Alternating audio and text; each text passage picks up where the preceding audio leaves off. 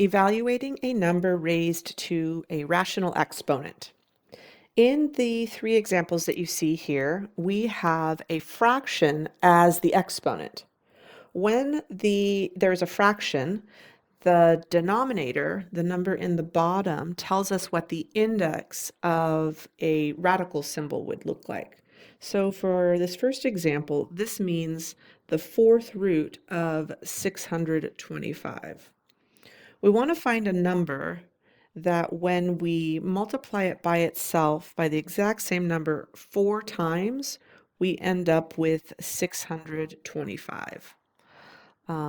If we just kind of think through possible numbers and guess, we might decide that the number 5 seems like a good idea. Let's check and see if that works out. 5 times 5 would give me 25. And then if I multiply 25 and 25 together, that'll give me 625. So the number that we were looking for was in fact 5. Looking at example B, in this case, we're looking for 64 raised to the negative 1/3 power. A negative exponent means that the number is down in the denominator. So let's start by rewriting this as, instead of 64 to the negative 1/3 power, let's write this as 1 over 64 to the 1/3 power. That whole term came down to the denominator, and then the exponent changes to negative. Now what we're looking at is the cube root of 64. We want a number that when multiplied by itself 3 times, the same exact number, we end up with 64. Similar to what we did before, if we maybe just kind of think about it and sort of guess and check. Let's look at 4 times 4 is 16, and then if we take 16 and multiply that by 4 again, we'll get 64. So the number that we're looking for in this case is going to be 1 over 4. When we have an odd index, in this case we have a 3 as the denominator, we can actually take the cube root of a negative number. So in this example, we're trying to find the cube root of negative 27. So we have some number that's being multiplied together 3 times. And because we're ending up with a negative number overall, the number that we're looking for is negative. When I have those 3 negatives multiplied together, they'll end up with a negative product. So if I think about maybe, let's say negative 3 as an option, negative 3 times negative 3 will give me positive 9. And then if I take 9 and multiply it by negative 3 again, I get that negative 27. So it looks like our answer here is going to be negative 3. For this next set of examples, we're going to solve the equation including a variable raised to a rational exponent. So we're going to use the ideas that we just had in the last examples to solve these equations. I have x being raised to the 3/2 power, and to counterbalance that, I can raise that to a different exponent. So suppose that I take that x to the 3/2 and then raise that to the 2/3 power.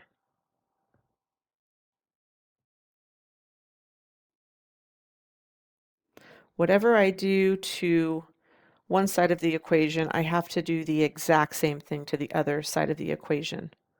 When we have an exponent raised to an exponent, we multiply those two numbers together. So 3/2 multiplied by 2/3 is equal to 1. So I chose that 2/3 because it's going to counteract the 3/2 that was there. So I'm ending up with just x to the first power equaling, I'm going to write this in two ways. I can either write this as the cube root of 125 squared, or I can write it as the cube root of 125 and then square on the outside. Either of these forms are okay. I want to go with this one because when I take the cube root, it's going to make the number smaller. If I start by squaring it, it's going to make the number really large, and then I have to think about the cube root, so that's a little bit more complicated. So let's think about the cube root of 125 is 5, so I have x equals 5 squared, and then for my final answer, I'm getting that x is 25. Example B, I want to use a similar strategy by trying to choose an exponent to raise both sides to that'll counterbalance the 3/4 that is sitting there as the exponent. Let's raise this to the 4/3 power. Do the same thing on this side, raise to the 4/3 power. I have 4/3 times 3/4, so that's going to end up being 1. So I have x to the first power on the left, or just x. And then on the right, I'm going to put the cube root of 27 raised to the 4th power. Again, I also could have written this as the cube root of 27 to the 4th power, but I don't want to raise that number 27 up to the 4th power. It's going to get really, really large. The cube root of 27 is 3, and then 3 to the 4th power is 81. Let's look at example C.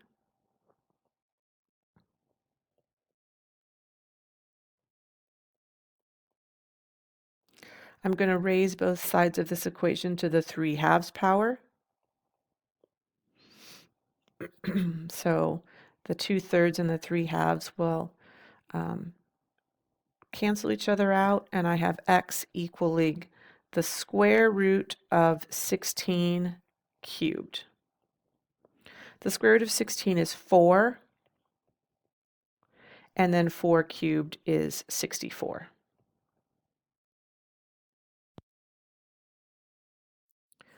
Solve an equation involving rational exponents and factoring. So now we're going to extend the idea that we had in the last two examples to think about factoring. All right, for example A, I can see that both terms have x raised up to an exponent. And when we factor, what we do is we take out the power of x that is the lowest. The two exponents we have are 1/2 and 1/4, and 1/4 is less, so that's what we're going to factor out by. So I'm going to write this as if we're taking both of these terms and dividing them by x to the 1/4 power. So over here, this is going to change too. I'll figure out that first term in a minute. The second term is going to be 1, right? Because both of these items are identical. I'm going to have an equals 0. I'm going to do a little side work to figure out how those x's are going to cancel each other out. But I know that I'm going to have an x to the 1/4 on the outside. That's what got factored out. All right, let's, so I know there'll be a 2 here. Let's think about this. I'm doing my side work over here. 2x to the 1/2 over x to the 1/4. When I have exponents that have the same base, that are in this fraction form, I take the exponents 1/2 and I subtract them. Minus 1/4 is 1/4. So I'm left with an x to the 1/4 here. All right, the 0 property tells us that we can now split this into two separate equations. X to the 1/4 equals 0, or 2x to the 1/4 minus 1 equals 0. For this first equation, what we have is the 4th root of x is equal to 0. And the only way that can happen is if x is equal to 0. So this is one of our solutions. For our second set, let's move that 1 over to the right-hand side and then divide by 2. And then what we'll do is we will raise each side to the 4th power to counterbalance that 1/4 exponent.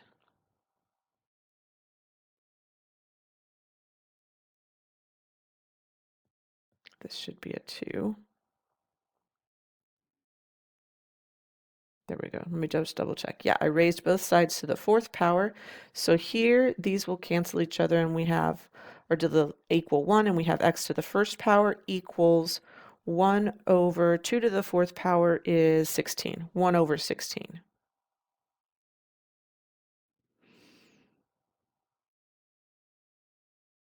All right, for example B,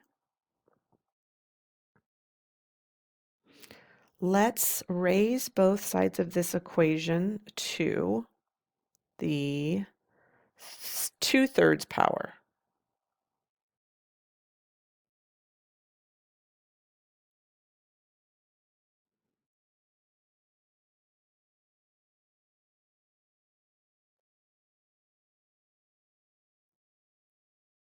All right, the 3/2 and the 2/3 are going to just equal 1. So I have x plus 5 equaling the cube root of 8 squared.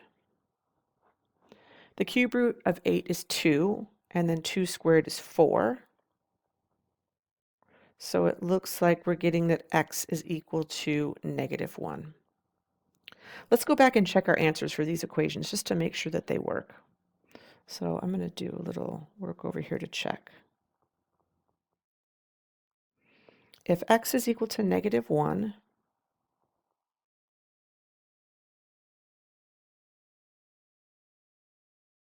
I want to know if that is equal to 8. This is 4 raised to the 3/2 power, or the square root of 4 cubed, which would be 2 to the 3rd power. Yes, I'm getting 8. 8 is equal to 8. So good, that works. Let's go back up here and check our answers. Let me make a little bit of room here to write this. So I rewrote the problem over here. Here's the original that we had for example A. And one of the answers that we got was 0. So if we're going to check x equals 0, that would be 2 times 0 to the 1/2 power minus 0 to the 1/4 power equals 0. Yeah, this is going to check, right? When I take the square root or the 4th root of 0, that'll be 0. This whole thing's going to be 0, so that one works. Let's check x equals 1 over 16. 2 times 1 over 16 to the 1/2 power minus 1 over 16 to the 1/4 power, and we want to know if that's equal to 0. This is like the square root of 1 over 16, and this is like the 4th root of 1 over 16. The square root of a fraction is the same as taking the square root of the numerator and the denominator separately. So this would be 2 times 1/4. And then similarly, if I take the 4th root, it's like taking the 4th root of the numerator and the denominator separately.